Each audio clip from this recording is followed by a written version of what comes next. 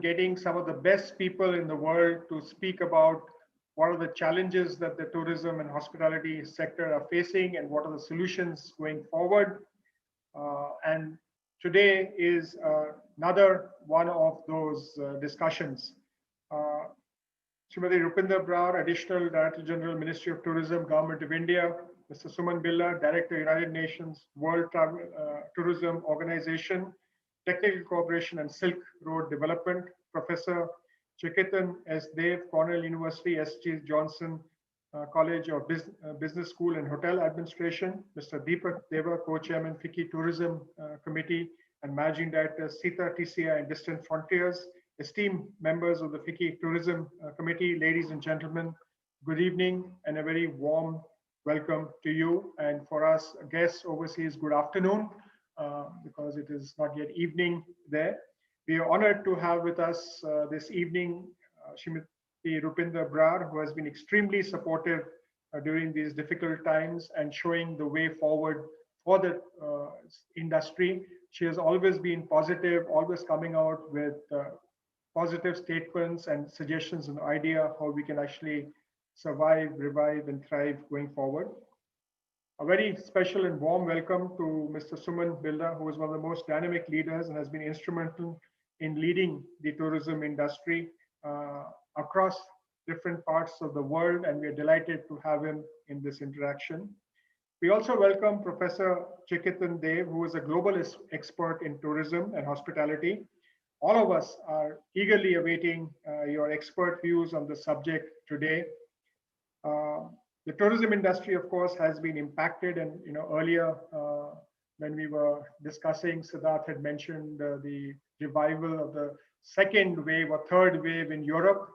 So there are uncertainties as we go forward, but India has been a very good tourism destination, and we want to collectively make it even better. And if you were to take something and say, if you can make the next 6 months compensate for the previous 6 months, it will be a huge effort going forward, because this actually, in so-called terms, is a season in India going forward, and we have to see how we can capitalize on the season there. But I am not the expert. I was there just to welcome and start off the session. I would once again thank you all for joining and welcome you into this session, and hand over the session to Mr. Deepak Deva, the co-chairman of the FICCI Tourism Committee and the managing director, Sita TCI and Distant Frontiers. Mr. Deepak Deva, over to you.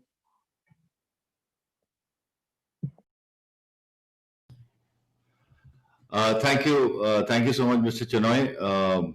Ladies and gentlemen, it is my great pleasure to host this evening on behalf of FICCI. We have an exciting panel covering 3 time zones and 3 fantastic speakers. Let me not delay the proceedings, as I am as excited to hear them as you are. So let's get started. Professor Dev is an award-winning teacher and scholar at Cornell University School of Hotel Administration in the S.C. Johnson College of Business. Teaching honors he has received including the Best Case Study Awards for the Case Center at Cranfield University, UK, a globally renowned thought leader and a leading expert on hospitality, marketing, and branding. Professor Dev, we are very excited to have you with us. Thank you for taking out the time. Welcome to this webinar, and I now invite you to give your opening remarks.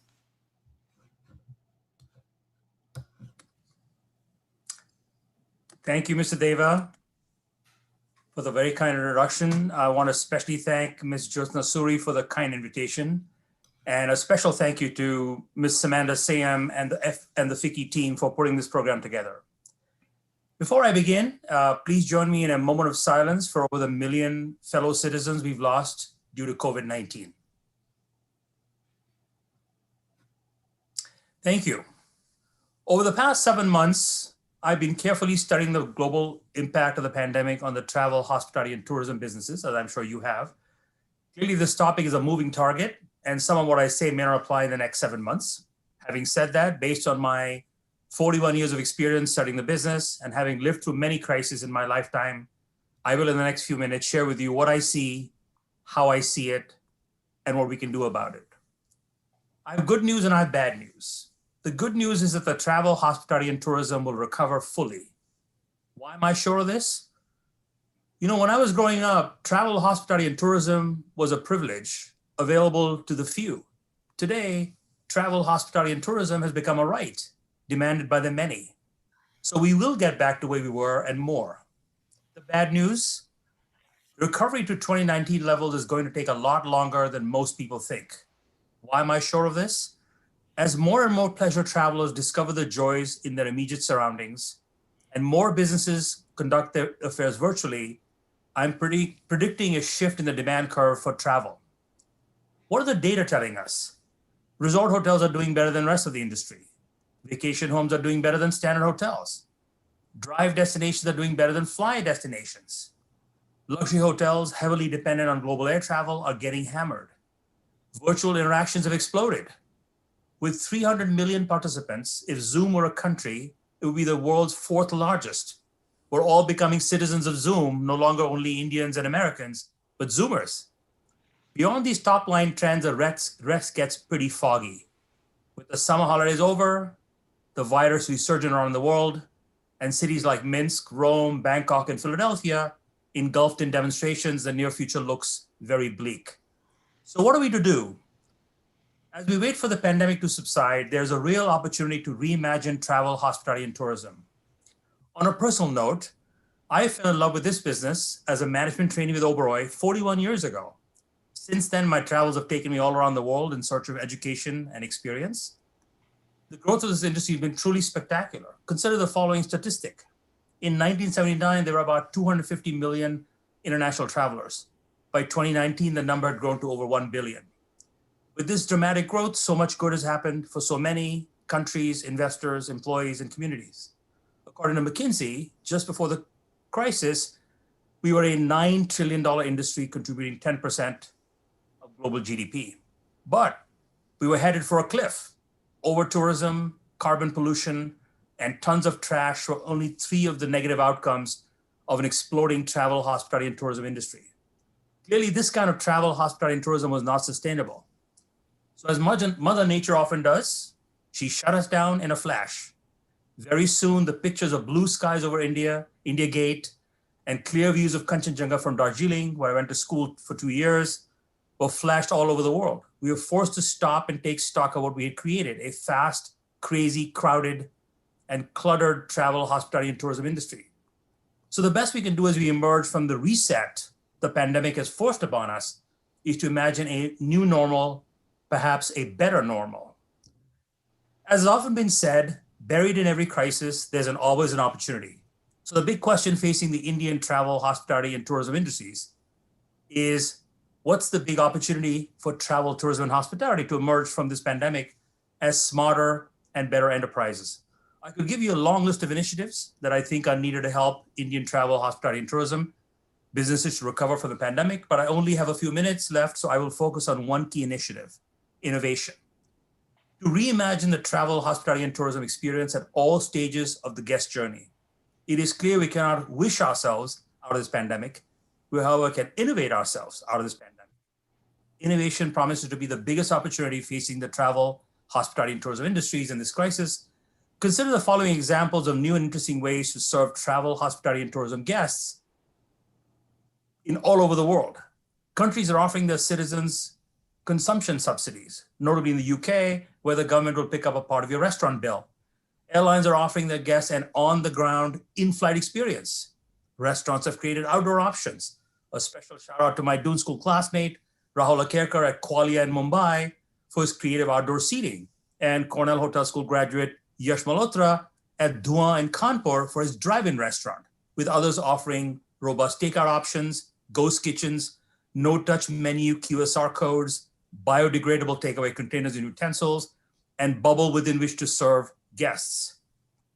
Hotels are surveying markets for WFH, not only working from home, but working from hotel, an office away from the office, offering a suite of office services for those who cannot or have gotten fed up of working from home.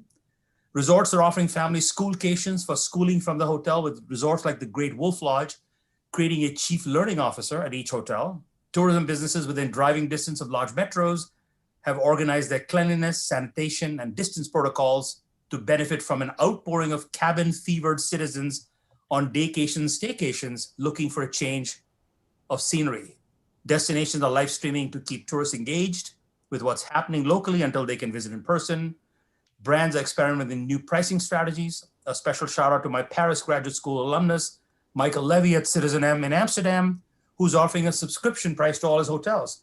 Or my former Cornell student, Hans Pfister in Costa Rica, who's offering added value advanced purchase vouchers, and brands like Marriott and Expedia using augmented reality to engage the traveler in multiple dimensions, including sound, light, wind, and rain. In short, this is the perfect time to innovate. Guests and employees and investors are going to be very forgiving if we try some innovative and well-intentioned changes in our practices and procedures. When we look back 5 years from now, or 10 years from now, we will remember this time as one that tested our collective patience, resources, and ingenuity. Not all innovations will survive in a post-COVID world, but those innovations that do work will help us get to a better normal. In conclusion, it is my firm belief that as we deal with the worst economic shock of our lifetimes, if we view this crisis as an opportunity, we will come out of this crisis a smarter and better travel, hospitality, and tourism industry and learn new ways to survive and thrive in a better normal world. Thank you. Thank you so much, Professor Dev, for your insight. Very interesting, especially when you said Zoom could be the fourth largest country. Zoom still couldn't beat China and India, but at least that is an interesting statistics. And you're so right.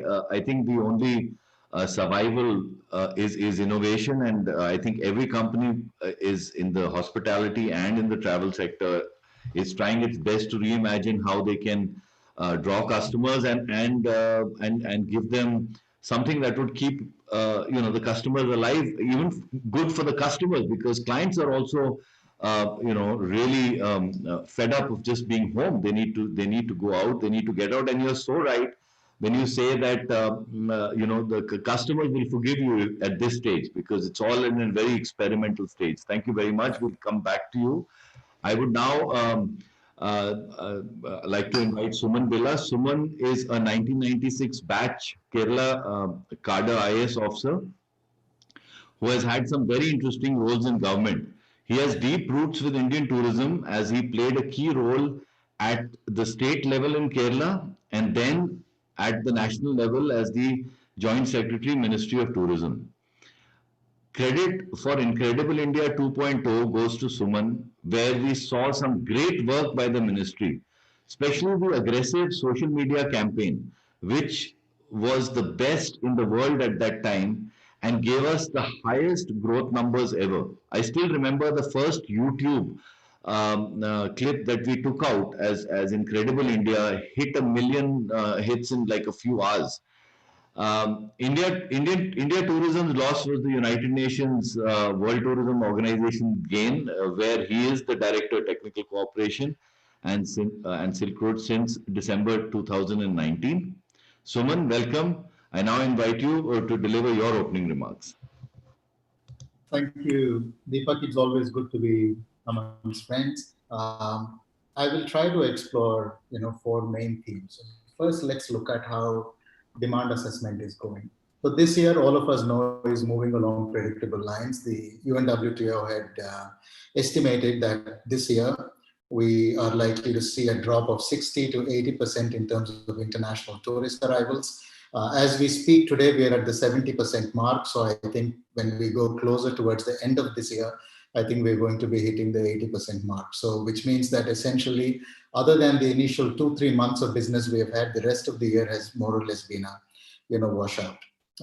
We'd also said that one way to understand this drop is when we had the SARS epidemic in 2003, it led to a 0.4% drop in tourist arrivals. When we had the global economic crisis in 2009, that led to a 4% drop. Today, we are seeing at a drop of 80%. Now, that is unprecedented for any government to handhold their industry to manage without any pain, and also for any business to be able to navigate that kind of a steep fall without to have a contingency plan for it. So effectively, what it means is that in terms of numbers, it means 1 billion less international travelers are going to fly this year. it means that the international tourism exports are going to drop by 1 trillion. And in terms of job losses, which is perhaps the most critical, we're going to be seeing about 100 to 120 million job losses happening this year.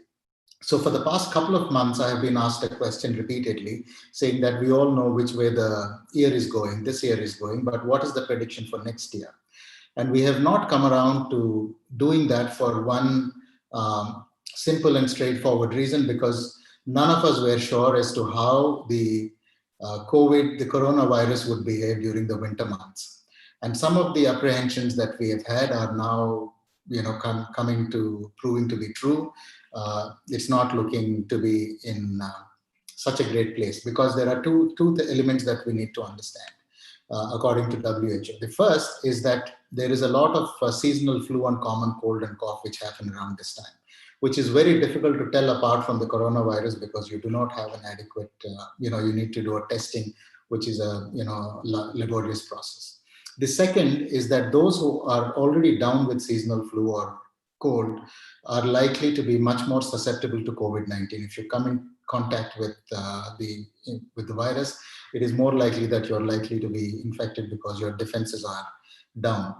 And at this point of time, we are also fairly sure that we thought that by this time, the first doses of vaccine and the program to vaccinate would happen all across the world. We know that it's taking time. The second thing that we are also fairly certain about was that we were all very hopeful of a sterilizing vaccine, which means much like a smallpox vaccine, once you take it, you can be more or less certain that you will not be infected by the disease again. But the vaccine that we are likely to see now, by all accounts, appears to be one which will reduce mortality and which will reduce cytokine storms and protect your lungs, but you may still yet get infected. So those are some things that we need to look at. So we are already close to November, and we know we are getting a glimpse of how perhaps the next year is going to pan out, because because we see that the first wave, the countries which had the first wave of the coronavirus appear to be, and who started off tourism sometime in August and September, appear to be in retreat now. We know that countries like France, Italy, UK, Ireland have reimposed lockdowns. Spain has got night curfew and several restrictions. So essentially, the optimism that we have had in August and September, that we have control of the virus right now, and then we start from here and go on to build up from here to a stronger tourism recovery, is something that is getting affected by this. So one of the things that we have done at the UNWTO, this is not the formal official line from the UNWTO, but one exercise that we have done is that we have picked experts from all geographies in the world to look at what the forecast is likely to be. Now, 80% of these experts think that international travel will only recover in the third quarter of next year, of 2021. And the other 20% believe that the recovery will only happen in 2022. So essentially, I think there are three barriers which are staring us in the eye. The first is there are travel restrictions. Every country in the world today has its own travel restrictions. And the sad part is that they are not coordinated. The second thing is that we are increasingly becoming aware that there is very slow virus containment, and it's not happening as fast as we'd like that to happen. And the third, and the most important for us, is that there is low consumer confidence, because people are not sure that they are going to be safe when they sort of travel. So what this means, I think, from an outlook perspective, is that we are going to see a situation where we will need to more or less write off international travel for the next 3 quarters or so, and then see how to pick up the threads from there.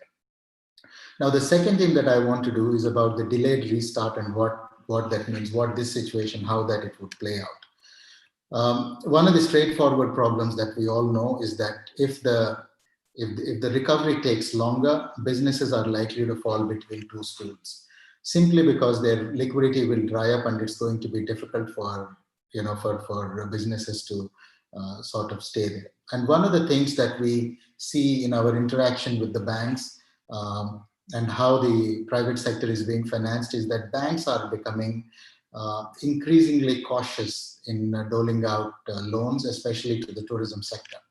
Now they are looking for cash flows.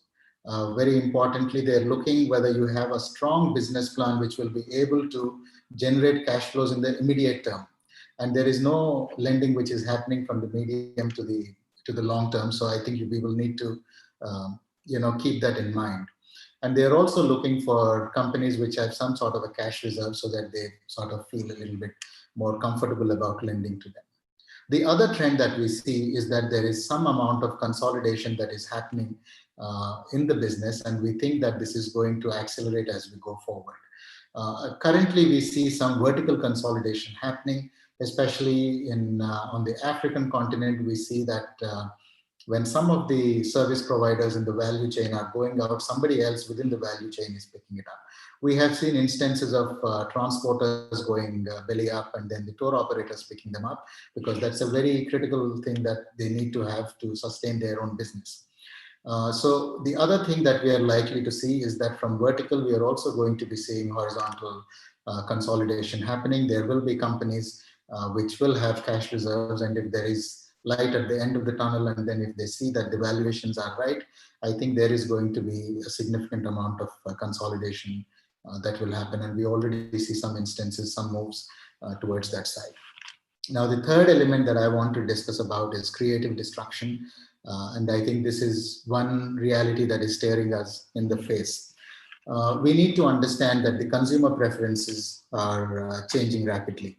And people are going to be much more risk averse to travel now than they were before, which means that you need to have a very compelling proposition to be able to draw them out of their comfort zone. People are not going to travel for a lark like they were before. Second is that we also see that increasingly consumer preferences are shifting towards sustainability, and government policies are also reflecting that shift, which means we're going to be looking at some key elements like environmental costs beyond the economic. That is something that we will factor in. We're looking at destinations looking to become have zero carbon footprint.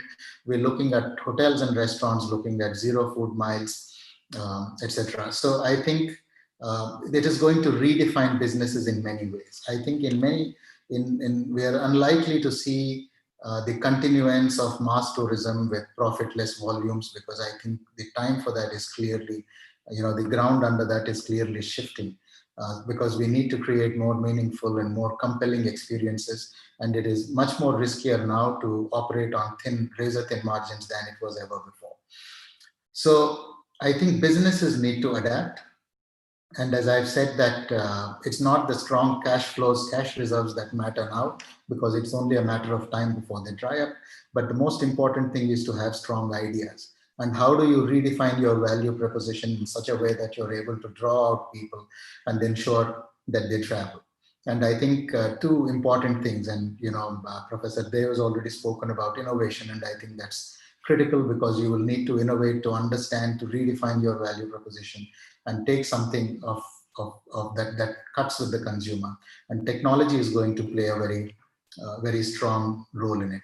Now, the fourth element that I want to explore is about, I think in one point that I left out is that when this creative destruction happens, and that is inevitable, it's important for the governments to have a strong oversight to ensure that there is a level playing field, and that there is no unfair trade practices do not come on. Now, the fourth element that I want to talk about is about what is the action plans that India should have. And I think we are all pretty much agreed that if it's going to be Q3 of next year, it is likely that the Indian start might happen a little later, because one of the things that we should also realize is we have a perception bias that we need to address, because people have their own doubts about hygiene and safety when they travel to India. So that is something that we need to work on critically.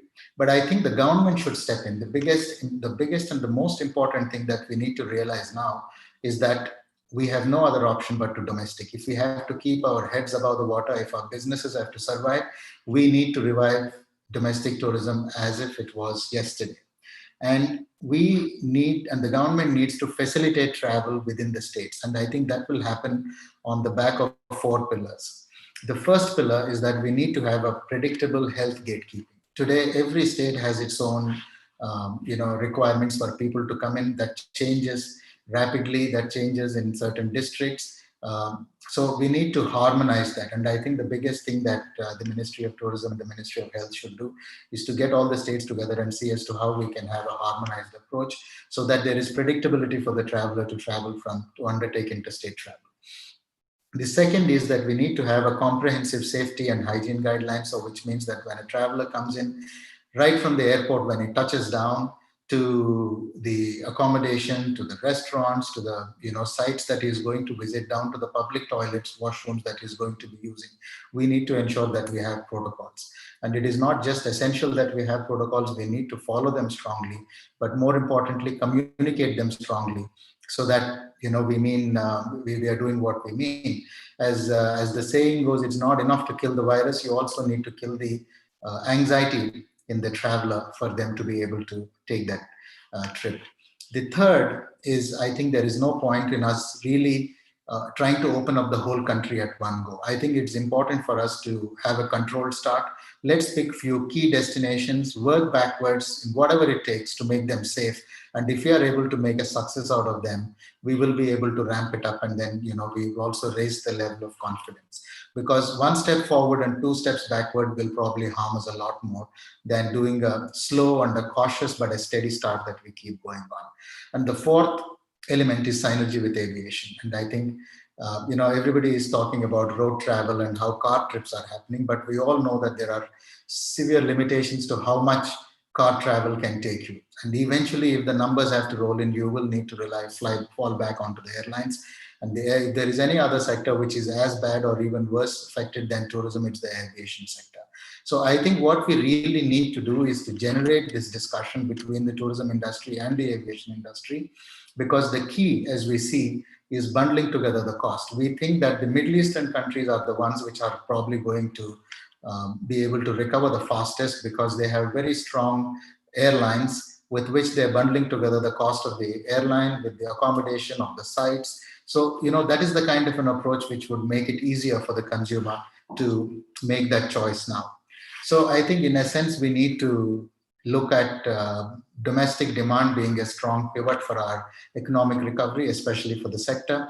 And that is exactly what the Honorable Prime Minister has said when he gave us the slogan of Atmanirbharta. I think we need to look at domestic for the time being. No need to look at how the rest of the world is going, when the international markets are going to be open up. I think we need to look for our salvation here and now. And one of the things that we know is that most of the countries which have that critical mass of purchasing power within the country are also looking to leverage that. And we need to understand that India receives 11 million international tourists, but we send out 26 million every year who spend $25 billion outside. I think we need to tap into that opportunity strongly.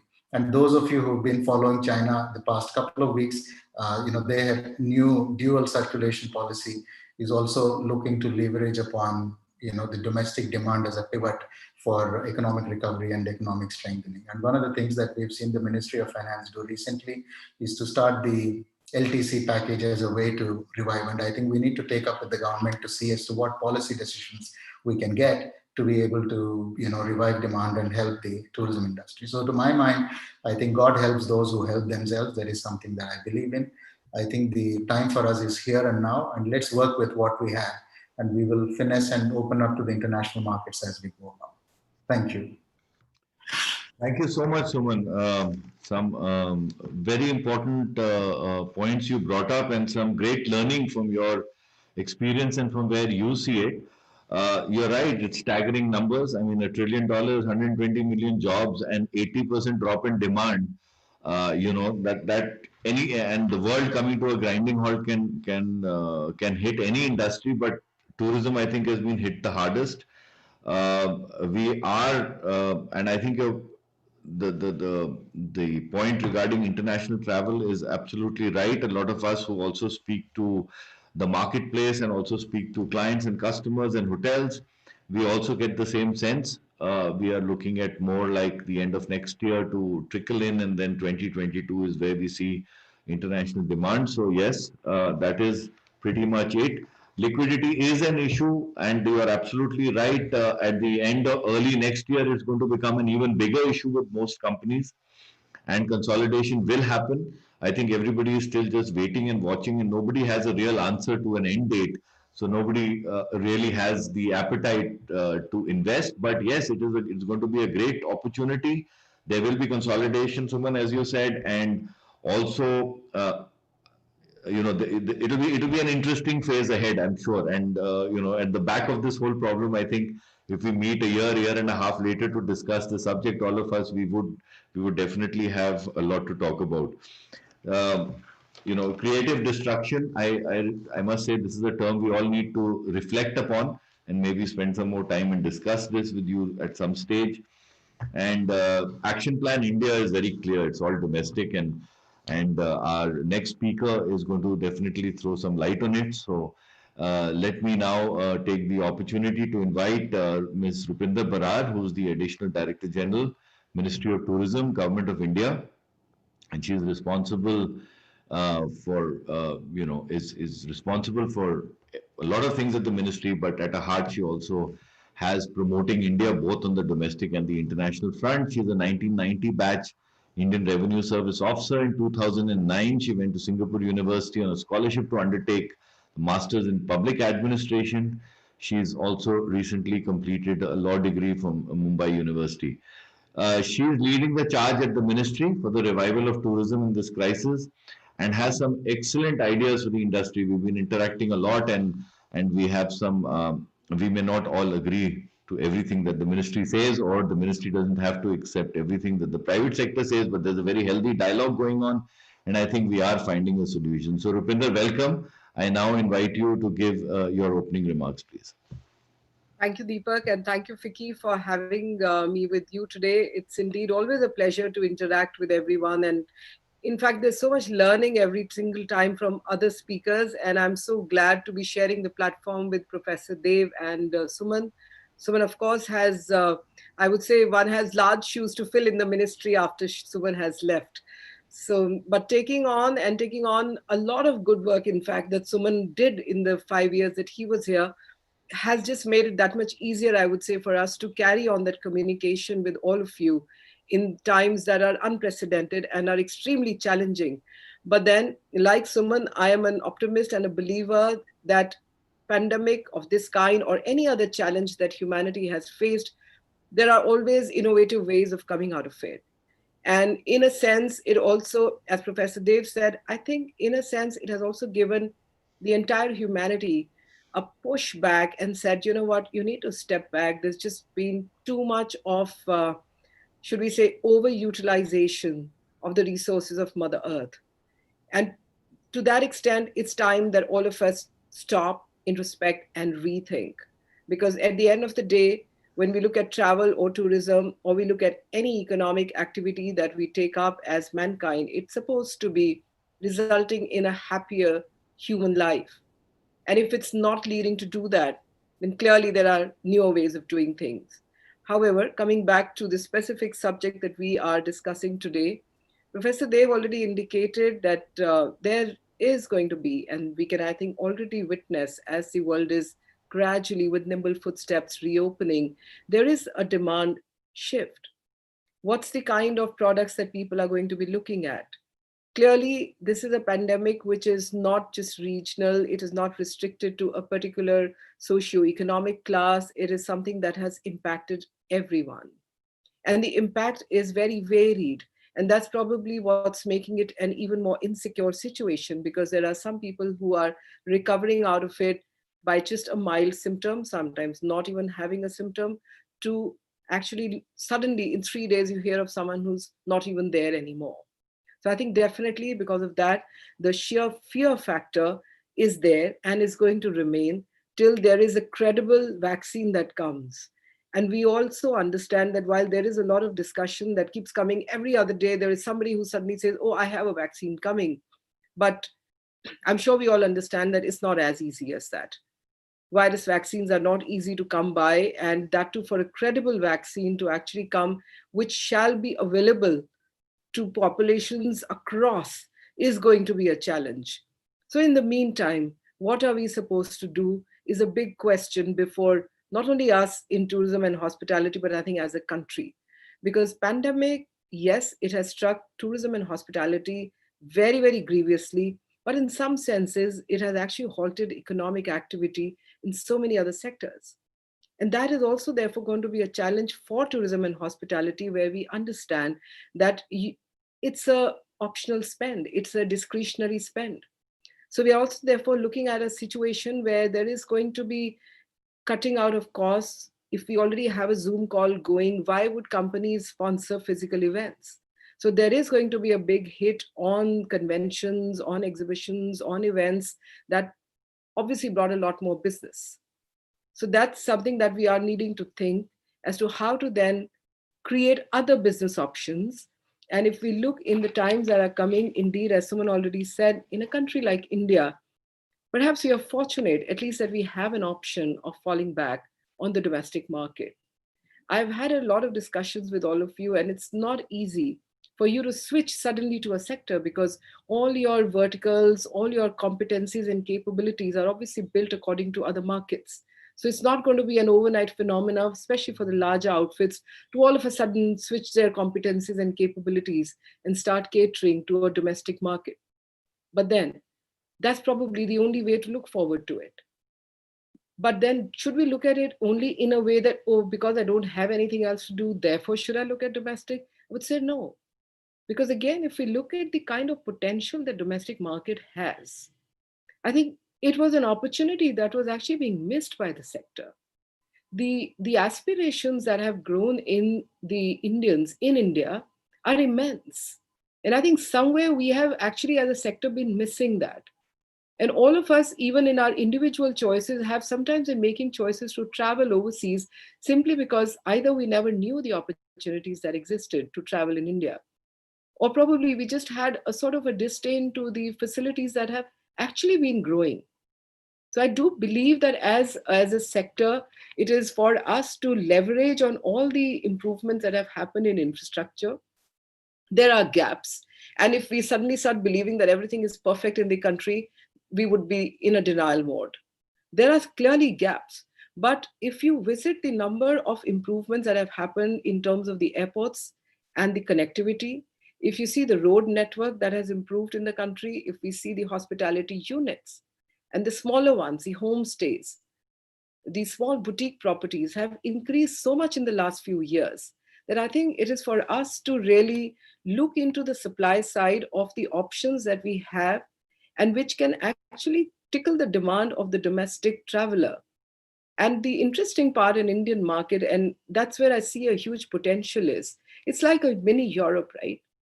Somebody living in North India and traveling to South India or traveling to the East or traveling to the South, to the West, it is so diverse and so different.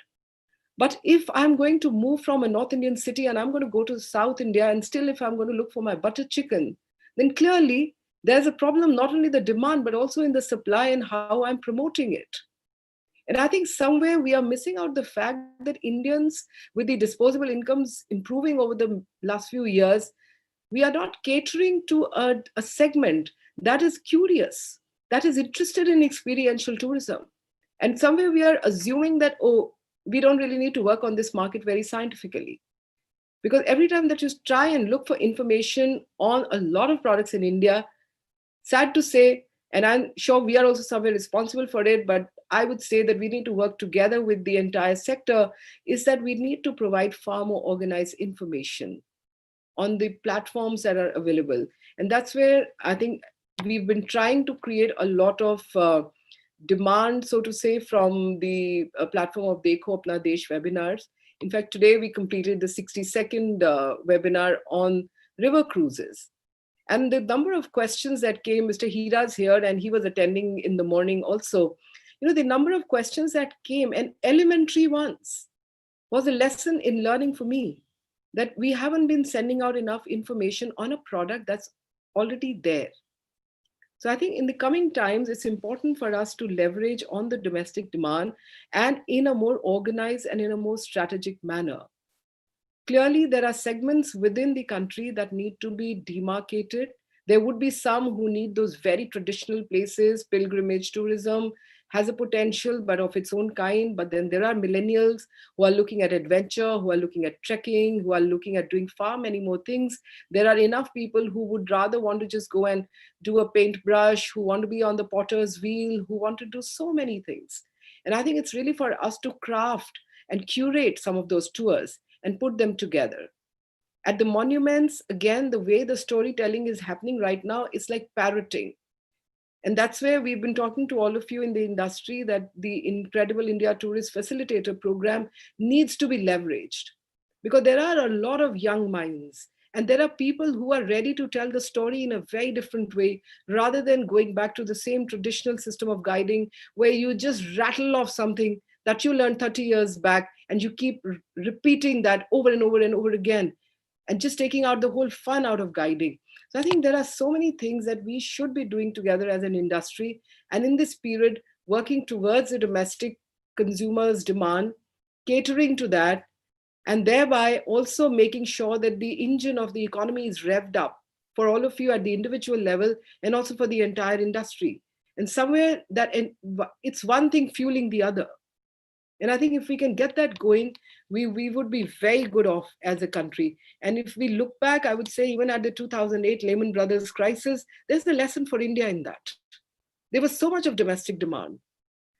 There was a worldwide crisis, a lot happened, but yet, because of the sheer ability of the domestic market to create its own demand, India was kind of sort of saved of a lot of crises. If you look back at 97 Asian crisis, similarly, there's a lesson for India there. So while the demand might be very small to begin with, because we are working on making the harmonization of the protocols, it's a bit challenging, but I think we are getting there. We're getting there, and we are getting to at least make sure that whatever be the protocol, but there has to be a harmony in that. So hopefully very soon it shall be more synergized in terms of making sure that there are health gate and a card kind of a thing should be coming out soon also with that. I think in the next few weeks, with all the suggestions coming from the industry on how to put forward the protocols in a more harmonized fashion and making sure that there's synergy with civil aviation, there's synergy at the entry points, even when you go on road travel, we should be hopefully revving the domestic travel engine open. In fact, on the long weekends, if we see from the larger cities, metropolises of Delhi and Mumbai and even Bangalore, the jungle lodges out of Bangalore have been going chock-a-block. There is clearly a great difference in the way demand is coming up. So workations and staycations in the Uttarakhand area and in the Himachal belt have been actually going full. There is a waiting list. Even on the normal weekdays, there is a 40% to 50% demand that has started picking up. So these are encouraging trends. However, a lot more needs to be done. There is no question on that. Because as someone already said, going 2 steps forward and then coming back, because the moment you have one bad story and one bad post in a social media, that takes away from whatever little energy that one would have put in revving up that engine. So I think we all need to work together. The ministry has come out with guidelines and protocols, but it is really for the industry to work with us together to ensure that that last mile delivery to the customer is actually made.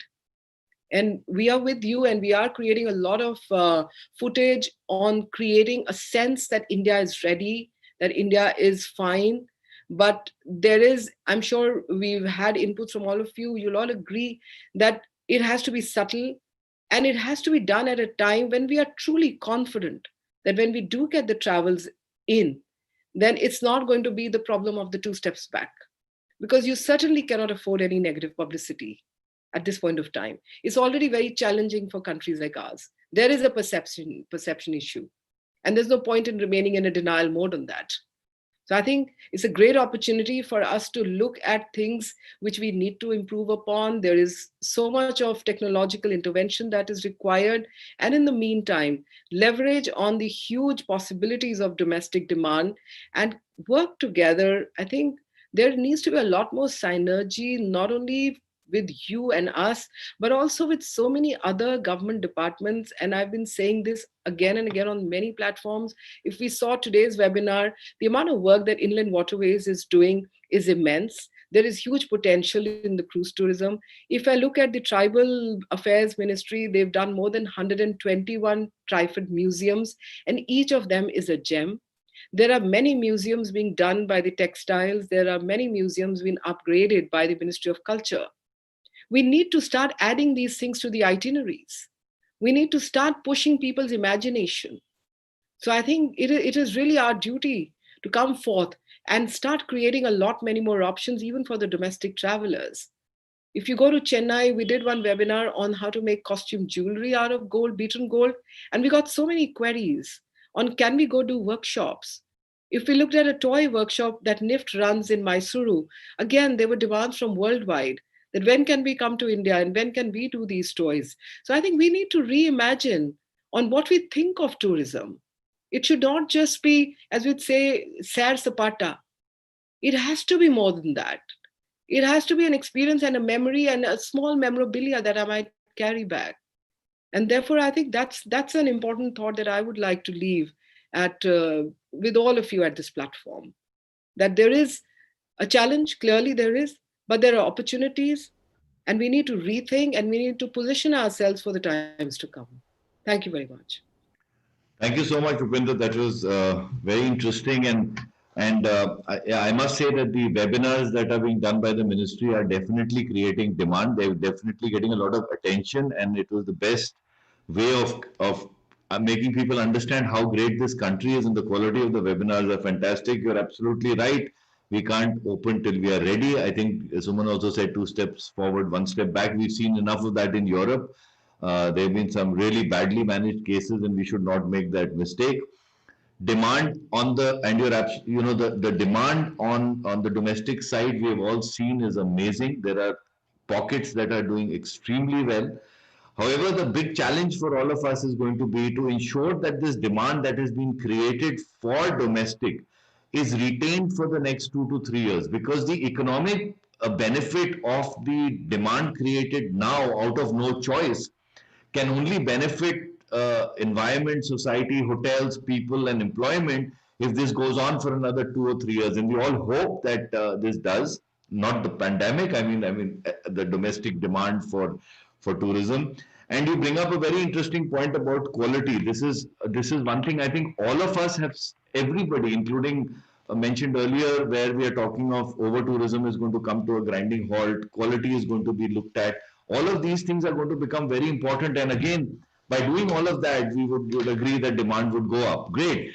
Listen, we are having a fantastic time this evening. It's been one of the most engaging evenings, and it's not ending here. We are going to now move into asking you all some questions.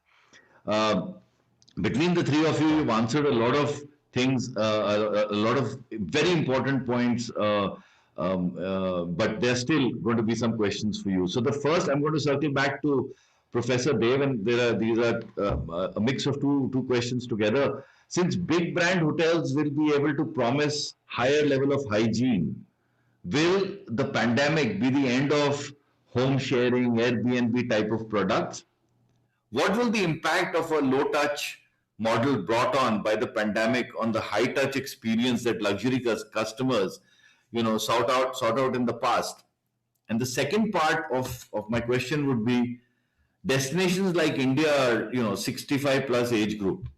Will they have a fear in traveling to India? People in their late 60s, early 70s. Will long haul be impacted? Are these questions that are going to create an issue with demand for destinations like us? Professor Dev? Thank you, Mr. Deva. Big, complicated questions, and I'll try to be very brief, given the time we have available.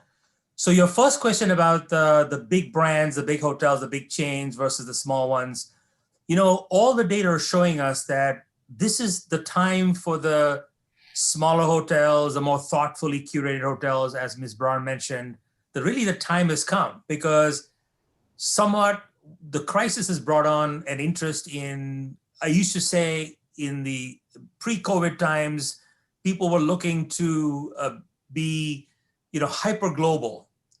People were traveling, as Mr. Billa mentioned, people were traveling all over the world, spending a lot of money. We went from being hyper global to hyper local.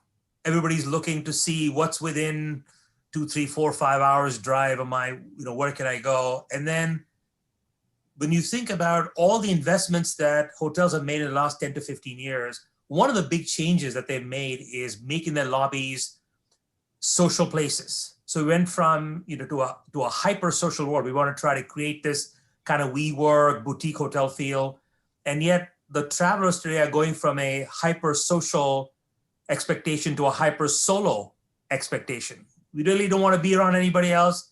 Keep the distance. Just my family, just my pod. So given that context, I think it's the home sharing and the small that are really going to thrive because they have something that isn't offered by the long corridor, multi-stack, hotels that have a lot of people in a limited space. So a shout out to my friend and colleague, Kapil Chopra from Postcard. He has launched his business at a time, and him and those all the way up and down the price line that I think are going to survive and thrive in this marketplace. The second question, very briefly, as you said, are people in the old age group. I am already in my 60s now. And the short answer to your question is no. But the long answer to your question is it depends. So in the immediate future, the answer is no. I have family, I have friends all over the world, and I'm very reluctant to get on a plane like I know a lot of my compatriots. However, I think Ms. Brown made an important point is if we signal that we are ready, if we take, as Mr. Billa said, small steps and have market testimonials to support those steps, that it's working, everything is the way it should be, slowly, I think we can get back the confidence of the market. I second what Mr. Billa said about it's not just the virus, it's also about the anxiety and the stress created by the virus. People need to be comforted that whatever is being done to the highest level. And I'll close on this comment, and that is, with the 11 million inbound and the 26 million outbound numbers that Mr. Billa mentioned, there's only one standard, and that's a world standard. Whether you're in a small lodge in Manali or whether you're in a little chalet in Switzerland, it's amazing how expectations have normalized across the world. So like international travelers know what to expect in India, outbound Indian travelers also know what to expect overseas and expect the same standard if you're going to charge the same prices or offer the same value. Fantastic. Thank you so much. And that's really great. I'll just link your point onto a question for Rupinder. You focused on domestic, it's paid off, it's paying off. When do you plan to get battle ready for when international business returns? And what plans does the ministry have, as there's going to be a lot of countries chasing the same customers with a lot of noise when the world starts opening up? So, where do we stand with that, and what are your thoughts on that? Yes, Deepak, I think a very relevant question as we go forward that when we look at tourism and hospitality, we are not our only competition, we are competing with the world. And if we look at our own region, we are already competing with countries like Thailand, Nepal, Cambodia, strongly upcoming countries of Vietnam and Cambodia. In fact, one should say Maldives always been a strong competitor in a particular kind of tourism. Sri Lanka is a great competitor too. So I think we have our task cut out. And in the post-COVID times, it's going to be very, very important to carry the message that we are ready, we are safe as a country. That is, of course, going to be an underlying one common messaging, which is definitely required. But moving forward, because that's not a message which we would want to sort of bring in too grossly. I think it'll have to be a subtle message after some time, because there is always that tipping value that if you keep talking about something too much after a time, then in a sense, you're creating a message that, is it still a issue? So I think we are working very closely with all of you, giving us inputs as to what kind of messaging is it that should sustain over a period of time after the first aggressive part of the messaging is over as far as COVID goes. However, after that, I think it's very important for all of us to identify with India that what is it that we truly, truly want to market, and that too to our traditional markets that have been giving us a lot of volume of business. And when I say volume, clearly we're not looking at the numbers. We're looking at the receipts, the markets that actually have a capacity to pay. Because if I'm looking at sheer numbers, but if I'm only going to get in a lot of footprint on my land, but they're not going to be adding to the revenue receipts, clearly I'm not being strategic. So I think the content that we need to drive at is to perhaps look at wellness, the traditional areas, things that are unique to India would be needing to be even more crystallized and defined and not just be all over the place. I think that is something we will definitely need to sharpen ourselves on in the messaging, that we are a country that has, let's say, Ayurveda and wellness and yoga and meditation and philosophy of life. Because if you're going to try and compete with countries on things that they are already ahead on, it's going to be hard. So we do need to be very strategic on what is it that we need to pitch. And the industry would need to work with us, therefore, to also offer the products. I think the messaging and the products will need to be in harmony. I said this on an earlier occasion when I had discussions with you on what content to make. My content cannot be different from what the experience a traveler will actually get. If we want to carry the message of a responsible and a sustainable tourism policy in India, where we are using disposable leaf plates perhaps, well, that I should send out as a message only if a traveler is actually going to get it.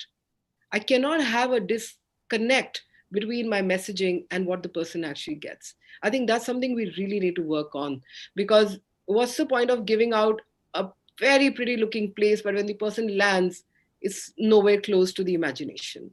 So I think that's something we need to work on, and we definitely need to make sure that the wellness component is is pushed in a way, especially in the post-COVID world, that what is it about the wellness? It cannot be left at a general term. That what is it about wellness that is unique to India? What is it that a person cannot get anywhere else? And how would we be giving it in the best possible manner? And Sure. then after that, making sure that the industry actually offers that experience to the customer, and focusing on the target countries, the ones that have the ability to send in a high-end customer, I think should remain a priority as we look at social distancing, as we look at reducing the human footprint on Mother Earth. Thank you very much. Very, very relevant and very important. I'll now go to Suman before we go to the other questions. Suman, just a quick one. Lots of jobs are lost. We spoke about that. The industry is in disarray. We've spoken about that. But what kind of support have governments announced for the travel and hospitality business around the world? And what are the best practices that you can see, or the top three best practices that you would like to share with the Indian government? From your side, yeah. Interesting question, Deepak. If you had asked this question to me 3-4 months ago, I would have given you several best practices. Unfortunately, at this point of time, they don't appear to be so great, because if you just look at the way job support has played out, I think several countries and most of us have been wildly optimistic at the onset of the pandemic. So we were thinking it's going to be a matter of 3 months, maybe stretchable to 4, and then we will all get back to normal. So the countries which had the first wave of infections, typically in Europe, had a furloughing scheme. Like the UK had one, the France had one, which means that as a business, if you told them that, look, business is not happening, these people are on my rolls, but I cannot afford to pay them the salary, the government would pay 80% in the case of the UK. Now that we are a few months away from that, and there is a significant amount of cost that is happening on the government, this is something that is not sustainable to bear on your books every month on a in an indefinite manner. So several of them have come back and asked the industry to share the burden, and they're trying to see how to reduce that sort of a support. And I think between us, I think there is some thinking in several countries thinking that they've probably bitten off more they can chew than they can chew in their enthusiasm. Now, if you look at the US, they had a system where they said that 3 months of the salary of the total wages of the hotel can be advanced as a loan to the establishment. And if they retain 90% of the workforce up to July, then the loan can be pardoned. We've seen July come and go, and then jobs are not restored, hotels are not back in business. So there is a lot of trouble now, because typically we expected that initially when we were at the starting blocks, we thought that there will be a clear divide between developed economies with surplus cash to look at, and there are those with developing economies which do not have the money, in which case the pain will be greater. But now we see that there is a certain leveling of happening because the crisis is ongoing, it is lingering longer. So there is no straight answer. I can't say at this point of time that this formula will work. I think the only formula that's going to work is that the sooner we are able to revive business, the sooner we are able to get to work, the better it is for us. And it's the economy which will need to pick things up. I think the safety nets are slowly falling apart. Yeah, thank you. That's true. And like you said, nobody ever could make this calculation or model this kind of an economic impact. Okay, now I'm going to move over to for some Q&A from the FICCI Tourism Committee members. We have 4 questions. I request the members to keep their questions brief, and please do by starting to please mention your name and the company you represent, and then please ask the question. I'd start with Mr. Rakesh Bansal, CEO of Amadeus India. Mr. Bansal, would you like to ask your question, please? Yeah, good evening, and very, very good insights from the esteemed panel. My question is for Ms. Membara. This is regarding the domestic tourism. All the panelists have pointed about the importance and the need for it. And, it definitely looks something which can be done. And India is one of the fortunate countries, where we do have scope for domestic tourism. Now, looking at the situation and, what Mr. Billa also mentioned, that the pandemic is not going to go away so soon. Do we look at it at a more permanent basis? And what's going to be the impact of it, in terms of a contribution from a domestic tourism? It's much lower per passenger as compared to the international component. So what steps are we taking or we should be taking, one, to, compensate for that? And second, in terms of, coming out with a consistent policy which can work across all the country, just like an unlock guideline, do you think we could have some kind of a tourism guideline, do's and don'ts, which are valid across the country, with some local flexibility involved in some specific places? Yeah, thanks, Rakesh. I think that's a relevant question. And answering your first question, that should we be looking at it as a temporary, I would say, and I've said that earlier also, that while the pandemic has thrown open domestic market more as what else to do kind of an option, but I would seriously encourage the industry to take on it as a permanent option, because there is a burgeoning middle class. It's only likely to grow. So I think we should work on the domestic market in times to come in strategic manner and keep it as a vertical which shall continue to contribute to travel and tourism and hospitality in India, and not look at it only as a stopgap arrangement. Because if you will look at it as a stopgap arrangement, then your solutions shall also be stopgap, and they shall not sustain. Therefore, my serious advice is that we should look at it as a segment that has tremendous ability to contribute and keep the demand going for travel and tourism and hospitality in times to come. In terms of balancing it in terms of the per person spend, again, that may not be necessarily a possibility, because we all understand that when we visit countries that are lesser known to us, or countries that you're possibly going to go only once in your lifetime because you just choose a country for going for a vacation, is very different from living in a country. And therefore, the kind of spend that you're likely to do on travel and tourism within your country, even if it's going to be a slightly different topography and a terrain, is going to be different. So you got to work on a larger revenue concept there and broad basing it rather than pitching it very high. Having said that, but I would also say that it would be strategically important to divide the customer demand, because there are sufficient customers in India who are ready to pay if you give them the quality. And there are sufficient people who value the kind of things that initially we would have thought that we wouldn't need. But as Indians are also becoming more and more urban and are also becoming more and more dissociated with what we would have thought as rural living, so to say, and also are leading far much more stressful lives in their workplaces, the need for yoga, wellness, meditation is not something that only somebody from overseas needs. A lot of Indians also need it. And everybody is coming alive to the whole concept of mindful living. And there's just so much to be offered in those niche segments. And I think we should be working at capitalizing the demand, and it's for us to also fuel that kind of ideas and demand, that there are so many good things in our country and why don't we work on them. So that, I think, hopefully answers your first part of the question. The other parts, in terms of whether we should be working at creating a harmony between the states, yes, I already mentioned on that. We would be doing that, but looking at how the pandemic is behaving very differently in different parts, and also it's behaving in spurts. You get a sense of confidence that, okay, it seems to be going away, and then again there's a spike. If we see Delhi, where I am based, Delhi was doing much better last month, but last 1 week, I think again the numbers are going high.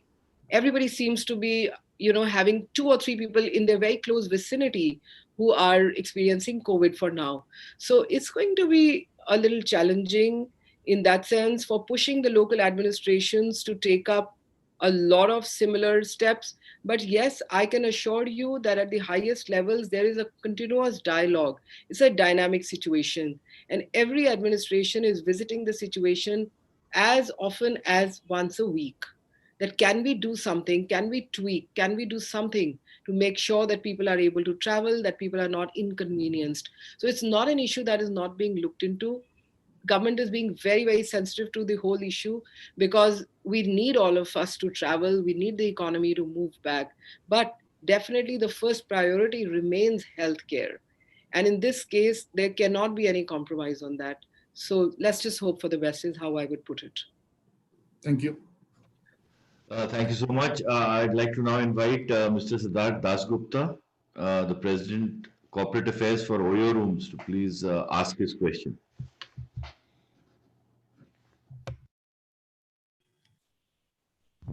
Yeah, thanks, Deepak, and good evening once again to all of you. This has been a very insightful webinar, and I've learned a great deal from all the honorable panelists, Professor Dev, Professor Billa, Madam Brar.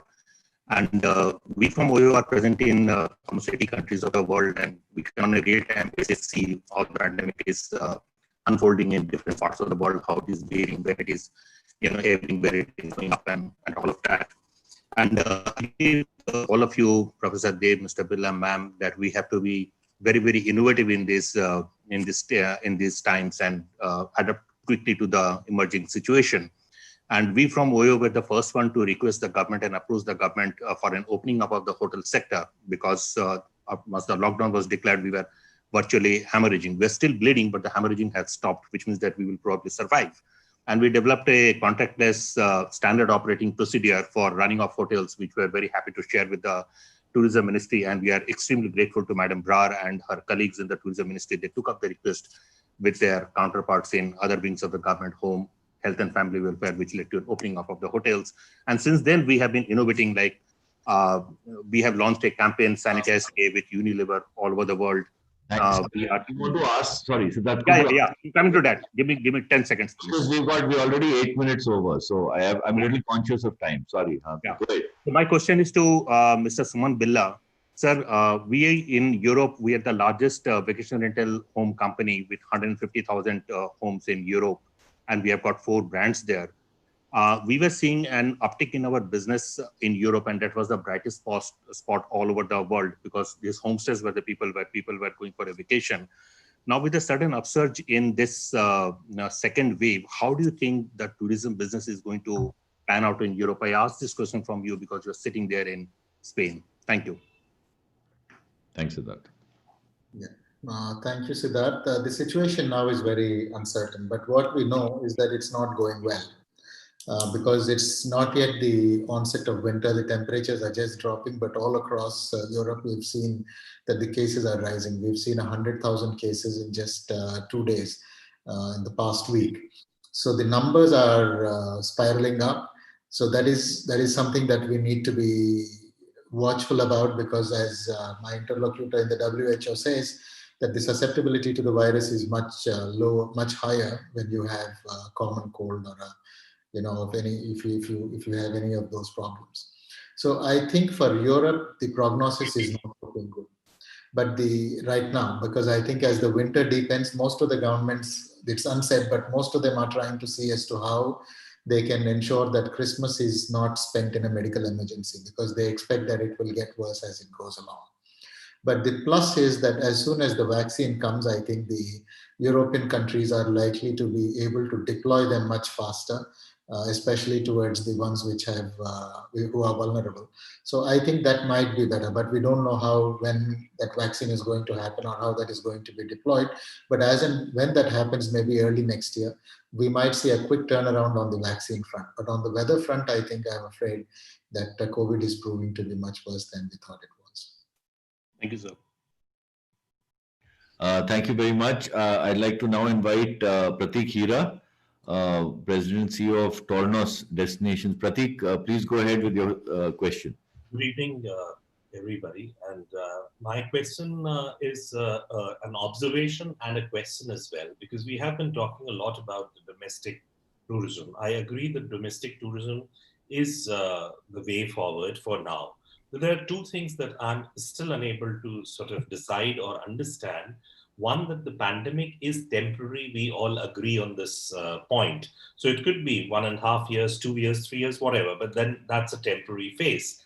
Why isn't the government talking about international travel? When I'm saying talking about, I'm not saying that opening it for international travel, but rather planning, or this is probably the right time, because our strategies, our planning for the inbound tourism was never in place. So isn't it the right time that we plan our strategies well, because we've got this kind of breathing period?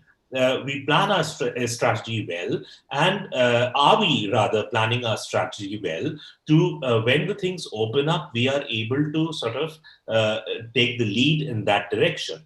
Because the kind of webinars that the government is doing, I mean, I saw that webinar this morning, and I've participated in many other Dekho Apna Desh webinars. It's a marvelous effort from the ministry, and including not only domestic, because simultaneously there are audience abroad as well who are watching it, and it's getting a lot of curiosity.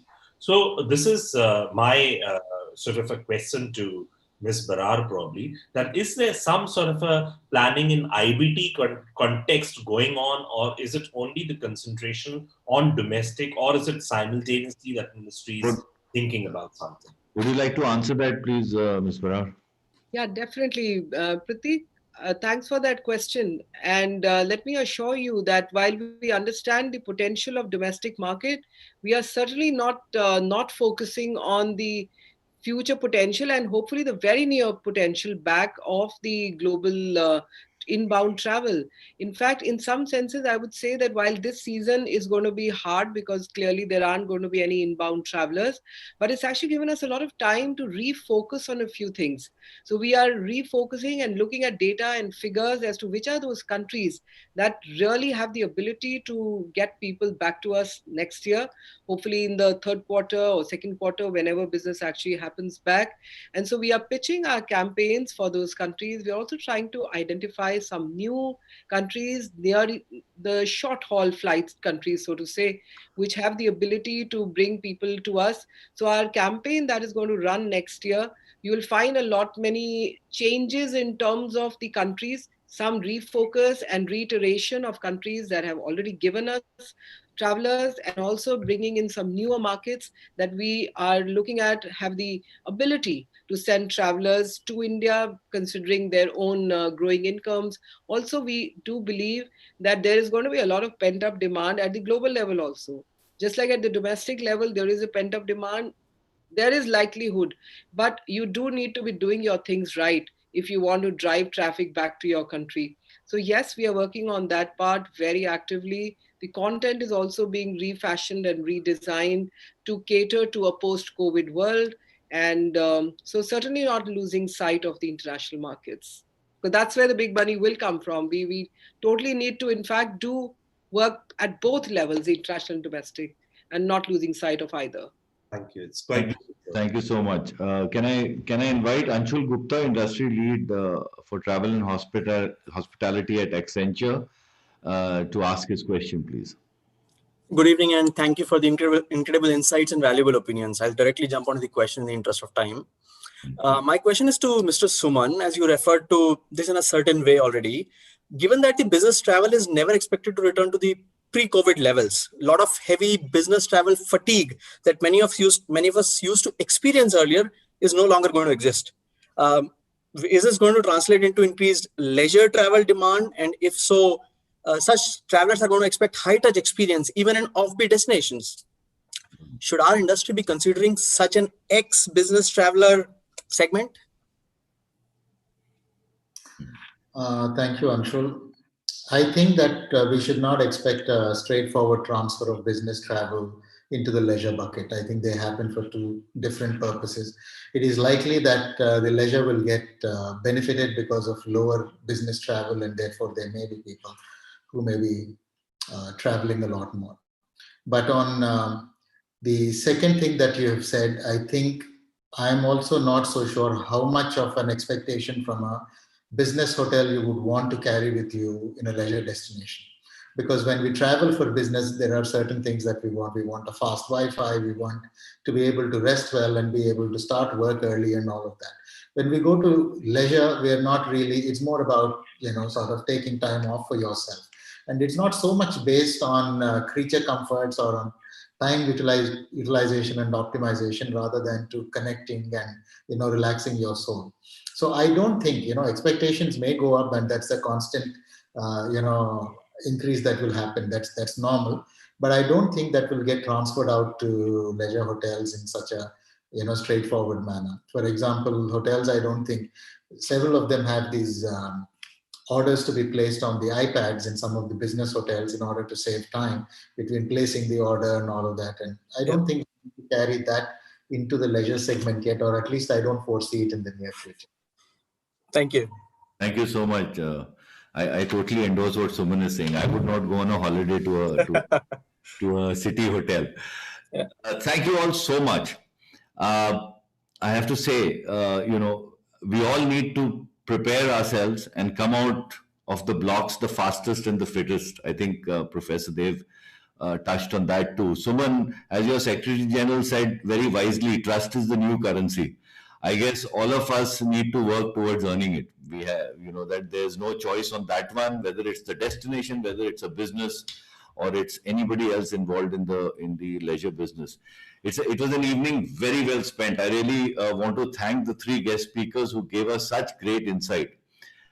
As there's so many moving parts in this situation, it is important to engage with thought leaders like you, Professor Dev, Rupinder Barar, and Suman Billa, in order to have a better understanding of not just now, but also I think what I loved of the evening was we also spoke about the years to come and the trends, which is very important for all of us. I want to thank you all for your time. Great questions by everybody. We shall do a follow-up session in a few months, and I hope that we can do it in person and in Madrid at the UNWTO offices, Suman. You're a good host, I know that. Yes, like each of you, I miss travel. So let's hope for the best to come out of this. Good night from New Delhi, and thank you all very much for your time. Thank you. Thank you.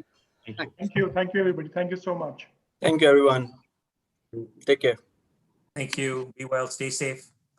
Thank you.